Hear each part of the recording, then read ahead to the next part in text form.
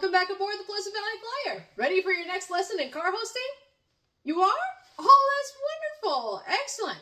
Well, today we're going to talk about how a car host should look and usually what their duties are once the train is moving. Let's get started. Now, the first duties of a car host is to make sure that their uniforms are nice and presentable. Now, sometimes when it comes to a car host, they are every now and then given a safety uniform whenever it comes to helping people get on or off the train. But when they're usually on board, they go ahead and take it off. And they'll be given something like this. It's PPE issue. So you got nice reflective, bright colors so that way people can see you, especially when there's golf carts driving around alongside the train. But now we get to when you're on board the train. Oops, I'm inappropriately dressed. Let me go ahead and fix that a minute. There, that's more appropriate. This is an example of an outfit that I would typically wear when car hosting. Usually a nice pressed white shirt, some black jeans or pants, some comfortable shoes, and of course I would have a nice little sort of a necktie ribbon kind of thing. And the vest I actually did wear when I volunteered with the 611 crew, as well as the 765, I believe, at one point. And the hat's a relatively new addition, but sometimes you are asked to wear a hat, and other times, you know, you can go without. It all depends on each railroad. Each railroad is absolutely different than the others. But typically, they will go over your uniform with you before the trip occurs. And the other things too involving car hosting is to make sure, again, you're wearing comfortable footwear. But also, at the same time, make sure you're allowing yourself a break. Yes. A lot of times the railroads will be giving you a little time to be able to kind of rest, have a little bite to eat and everything. Take advantage of that as much as possible. Make sure you get a bite to eat. Make sure you keep yourself hydrated. I've seen a few times where a car host will actually faint or get dizzy because they actually got dehydrated, they didn't drink enough or rest enough. So make sure you allow yourself that time, make sure you allow yourself a bathroom break, and just make it as fun as possible for you as well. After all, we want to make sure that you yourselves will want to come back. Now, the main thing to remember when you're car hosting is not only should your uniform look presentable, but you must as well. Make sure your hair is nice and clean, because let's face it, I understand, everybody's bodies are different, but let's face it, people would love to see a happy, warm smile on your face versus you reaching out and handing them something and they can smell a little something right there or there. So just make sure yourself as well as your uniform are 100% clean and tidy, and I guarantee this will impress not only your guests, but yourself as well. Now, one thing I always try to remind myself, passengers are people too. They're just like you and me. So there's really no difference. You're just here to help them have a great time as well as represent the railroad that you're volunteering. So make sure, again, you double check their tickets, you be cordial about it, and there will be a time where you may come in contact with a passenger that's a little difficult. If it starts to get too much difficulty, you just say, oh, I understand that. Not a problem. Let me get my conductor a minute and we will solve this matter. See? That keeps your tone of voice calm, takes a deep breath, but also takes the situation out of your hands and puts it in the professionals. Your conductor will be someone who's of years and years of experience usually, and they're generally trained to know what to do in regards to a situation. And don't forget too, we can be accommodating. There's always a way to resolve a conflict, but there will just be times where you just have to tell a passenger, hey, this is how it is, this is when it happens, I am sorry, we will do what we can to help you, but there's nothing we can do to change that. Have that air of confidence about yourself. And a lot of times the passengers will generally see that and say, yeah, I guess I screwed up on this or I screwed up on that. And they'll be more easy to work with you. Just again, keep a calm, even tone. Don't let your emotions get to you. It's okay to feel them, but kind of hold on to them until the situation is past. Then take some time to be by yourself, cool down, and try again. And most important of all, never inflict any kind of revenge of any type on a passenger. You will have a chance when a passenger sometimes will be a little too aggressive. Well, that doesn't give you the right to give that aggressive back at them. You have to be better than them. That's the secret. Now, the thing I would implore you to do is go for a ride on the train that you're about ready to volunteer on. This way you can kind of get used to the route that you're working on, as well as get used to the idea of what it's like to walk on a car. Because with these cars, on any line, the rails do get a little shaky. The cars can kind of go side to side, sometimes up and down, depending on the spot on the tracks. Some are pretty much level, but there will be a few cases that you have to get used to that, especially when it comes to balancing trays of food.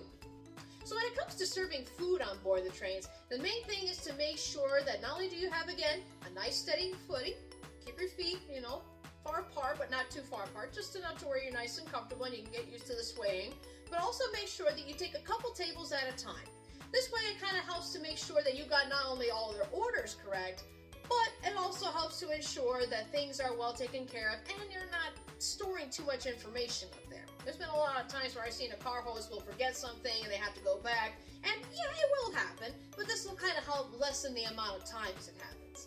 When you hold a tray, make sure your hand is flat out like this. This is also a good experience if you're trying to apply to be a waitress at a restaurant or anything like that. And it's always best to do this with a closed cup first, because if anything spills, this way you're well protected. Now, I've been practicing with this for a while, so I'm pretty much used to it, but I recommend maybe practicing with a bottle of water or a can of soda or something like that.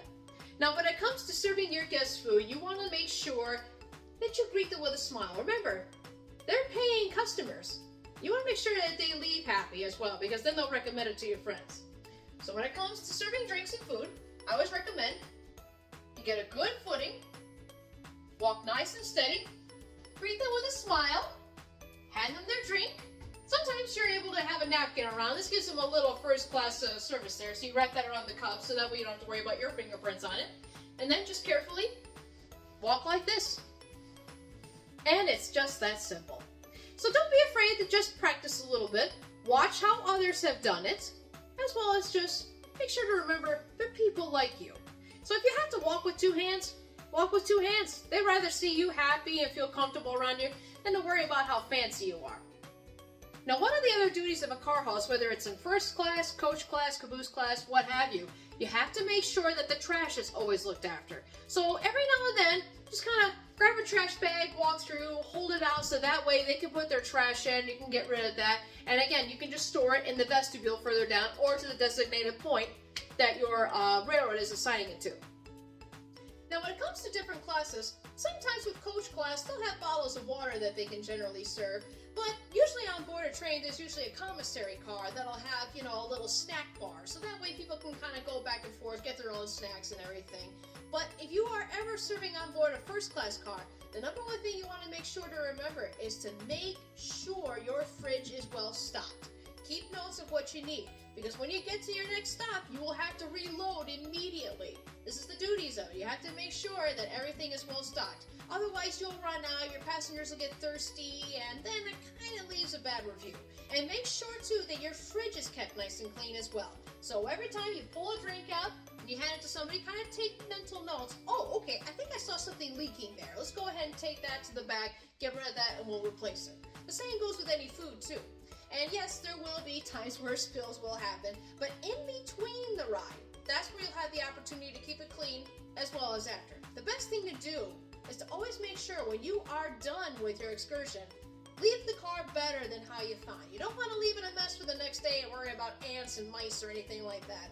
And plus, it just reflects a lot better on yourself and on the railroad. Now, in between your excursion, that's usually where a lot of people will like to get off and be able to stretch their legs, go shopping and have fun, or maybe partake in a photo run by. This is your opportunity to take note of what's going on with your car. Note any problems, clean up any messes, make sure all surfaces are well taken care of, because a lot of times, especially in first class cars, you'll want the opportunity to make sure that everything is ready for when dessert is served. But in coach class, you want to make sure that everything is clean in case they go to the snack car and they bring back any treats they may enjoy. So always make sure to double check that in between. Now, when it comes to the departure of a train, you always make sure to let the conductor give off his speech first. And then after that, what you will do is you will go to the front of the car, you'll command everybody's attention, so make sure that your vocal cords are also well rested, and you let everybody know who you are. Let them know how long you've been volunteering, or if it's your first time. A lot of times, it's actually encouraged to do so because then it allows people to be a little more lenient with you, especially if you're learning. And then after that, just give them that reassurance, hey, I'm here to take good care of you, we're going to have a fun time. Allow me to give you a little demonstration of this. everybody! Welcome aboard the Pleasant Valley Flyer. My name is Sarah. I will be your car host today. Who's excited for a train ride, huh? Excellent! That's what I like to hear. Well, we're just going to go over a few vital safety rules. First rule here, when the train departs, please remain in your seat. Sometimes we can have a little bit of a jerky takeoff, so we want to make sure that you guys are safe and comfortable.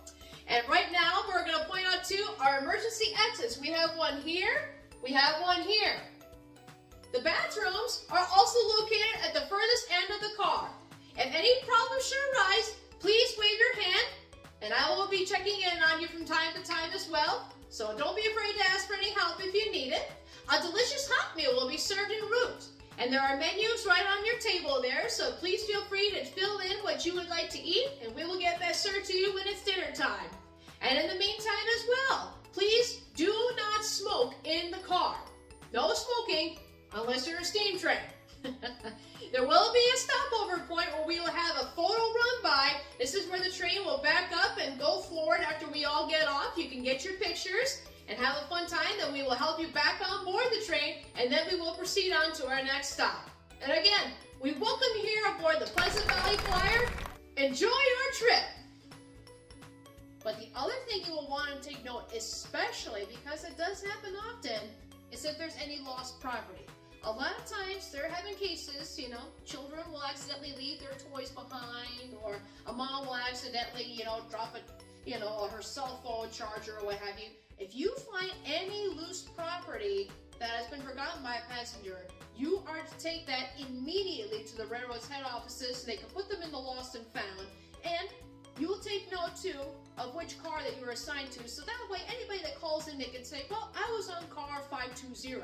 Well, they can check that bin and say, hey, guess what? We found your child's lost teddy bear, and they can return that promptly. So again, all lost property is brought to the railroad offices, and we'll make sure that they get them back ASAP.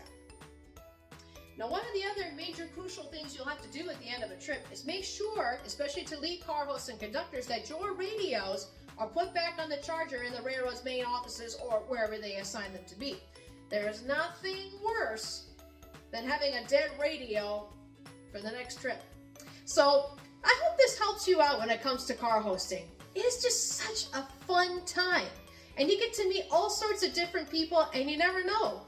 One of these excursions could change your life for the better. You can make new friends, get to learn new bits of history, and meet people you never thought you'd meet. I mean, shoot, I've met lawyers, I've met railroad executives, I met Amish families. You just never know who you might meet. And I hope this will also help encourage you too to know that you too are making a big difference in this world. Well, I better get back to it. We'll see you next time at the junction.